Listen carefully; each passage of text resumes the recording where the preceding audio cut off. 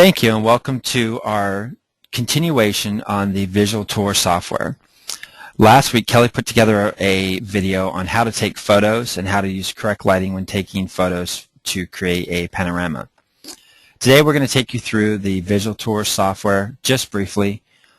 For those of you who aren't already members of the Visual Tour product, it is $20 a month. That's substantially cheaper through ERA Showcase at $20 versus going alone and signing up.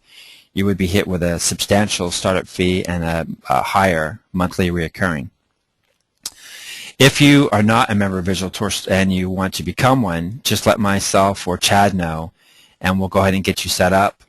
Once you're set up, you're going to receive a link to the software so that you can download it. There are two parts to Visual Tour. There's a component which is installed on your local machine or laptop, and then there's a web portion, and you'll get a username and password to that. Once the software is installed, you're going to have a link on your desktop that says Visual Tour Studio. To launch the software, you simply click this icon. Hi, welcome to Visual Tour Studio. Now, the screen that just came up and presented that welcome message is a tutorial that would actually take you through the process of creating a tour from start to finish. There is a really incredible help menu that has multimedia tutorials such as this one, step-by-step help through the virtual assistant named Annie, and also material that you can read.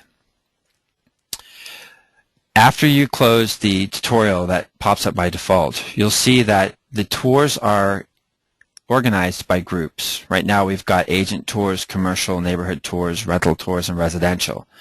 But you can modify the names of these or create your own groups to suit your own style. Right now we're going to take a look at putting a tour together that's a residential property. So I'm going to go ahead and double click on this, and you'll see by default that Visual Tour actually has some sample tours built into it. This allows you to play with the software before you go out and take your first photos. We're going to go into Sample Tour 1 by double-clicking it, and you'll see that there's some demonstration photos in here. These are the ones that we're going to work with today. If you needed to add photos from scratch, there's a green plus sign here on the left that you'll click, and it's going to pull up an image of your hard drive, and you're going to navigate to where your freshly taken photos are stored.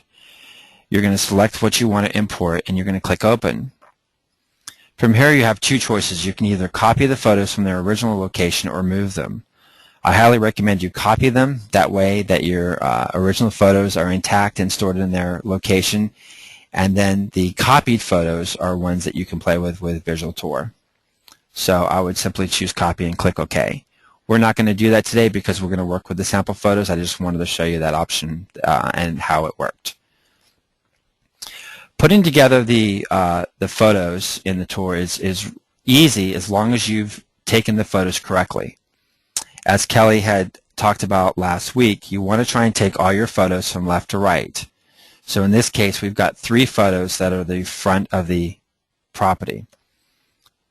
The person that took these photos started on the left, rotated their camera, whether it be by hand or the recommended way with a tripod, snap the second picture and then the third picture. But you'll notice that there are parts in every picture that overlap.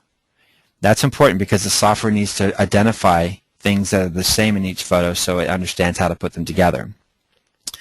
To create your panorama, you select the photos that you want, choose Create Panorama, and the first thing it's going to ask you is for the caption. We're going to simply call this Front View. Don't worry if it's not what you want right away because you can always change the caption later. We're going to click OK. It's going to launch the stitching software. And here we are presented with the photos.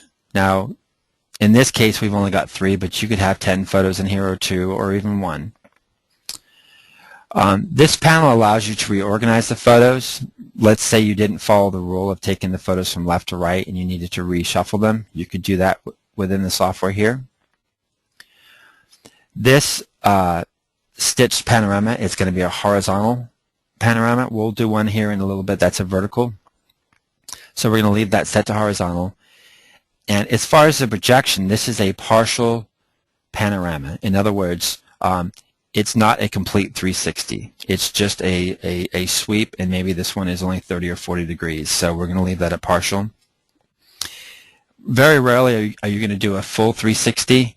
I certainly wouldn't recommend 360s inside of a property. Maybe if you're outside in a pool area and you want to show the neighborhood and the pool and the patio, that's when you take a full 360, or if you want to show the neighborhood. But for the most part, you're going to be doing partial panoramas, so we'll leave that alone. We'll choose next, and the software is going to magically stitch these three together. Now the software does try and take into account contrast differences between the photos, but as Kelly demonstrated, it's not a perfect science. So you're better off making sure that the lighting is correct, and as you pan your camera from left to right, that you don't do anything to disorient the camera and make it change the contrast. You want nice, even consistency throughout your photos. We can preview how it stitched the photos together. In this case, it did a great job, so I'm going to click Finish, and that first panorama is done. Now you'll notice the original three photos that we had are no longer here available to us. What it's done is it's put them in the recycle bin. Now we can always get those back by going into the recycle bin, so you never actually lose them. The next images that we're going to stitch together were not taken from left to right, but instead were taken from bottom to top. Okay, this just happens to be one of those rooms that was best represented by a vertical panorama. Sometimes if you're taking photos of a narrow room, let's say a guest bathroom, this is the recommended way to handle that. So we're going to select our three photos. We're going to go ahead and click on Create Panoramic. We're going to give it a caption, which is Foyer. Choose OK. The software is going to load, and this time, instead of a horizontal stitch, we're going to choose a vertical stitch. Again, we could reorder the photos if we wanted to, but we don't need to in this case. We're going to click Next, and the software is going to put together the vertical panorama for us. Previewing this is going to be the same as before, except you're going to have scroll bars on the right that allow you to pan up and down. So I'm happy with that. I'm going to click Finish. Again, the original three photos are going to be discarded into the recycle bin and replaced with our stitched image. This next example that I'm going to show you is of a family room.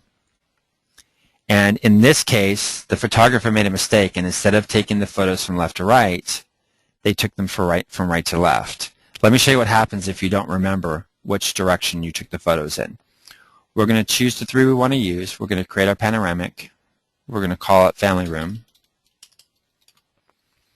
We're going to click OK. And we're going to leave the software alone. We're going to let the software try and figure out how to handle this, even though we know that we took the photos wrong, because I want to show you what happens if you're not careful. When you click Next, the software is not going to know how to stitch this together. So it'll be interesting to see what it comes up with. Okay, so it's come up with something that looks like it's from Alice in Wonderland. It makes no sense. You've got a huge dining room table cascading into this living room area, walls that don't make sense. All right, now what we'll have to do is go back, and we'll have to tell the software, listen, we made a mistake and we took the photos in the wrong direction.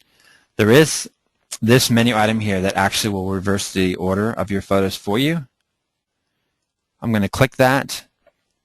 Now you see in this preview that it's going to line up nicely, because there's parts in every image that are going to match, whether it be this armoire or this blue chair. The software now is going to be able to figure out what to do. So let's click Next. Again, it's stitching the photos together and adjusting the contrast ratios, things of that nature. And now we have exactly what we want, and we can click Finish. Now, you don't always have to take multiple photos of every room. In this case here on this neighborhood fountain, they chose just to take one photo, and that's okay. It's not going to look out of place in the tour because the software is actually going to pan through this photo, and it's going to make it look like it is a panoramic even though it's a single still shot, which is a really nice feature. So don't feel like you have to take 2 or 3 photos of every room, because sometimes one photo will do the job.